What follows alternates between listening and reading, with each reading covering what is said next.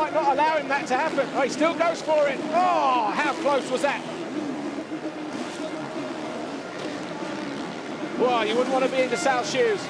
It's going to be a drag race out of the final corner to the finish. A mistake from Desalle and from Cairoli. Will he go tight? Cairoli has thrown everything at Desalle here on the final lap. Cairoli comes home to win Moto #1. And the crowd go mad. They go wild. Desalle wins it after a mistake from Cairoli. And what a great finish to MXGP Race 1. Desalle, your winner. And the fans love that. So Desalle, what's that, 5 race wins now in a season for him?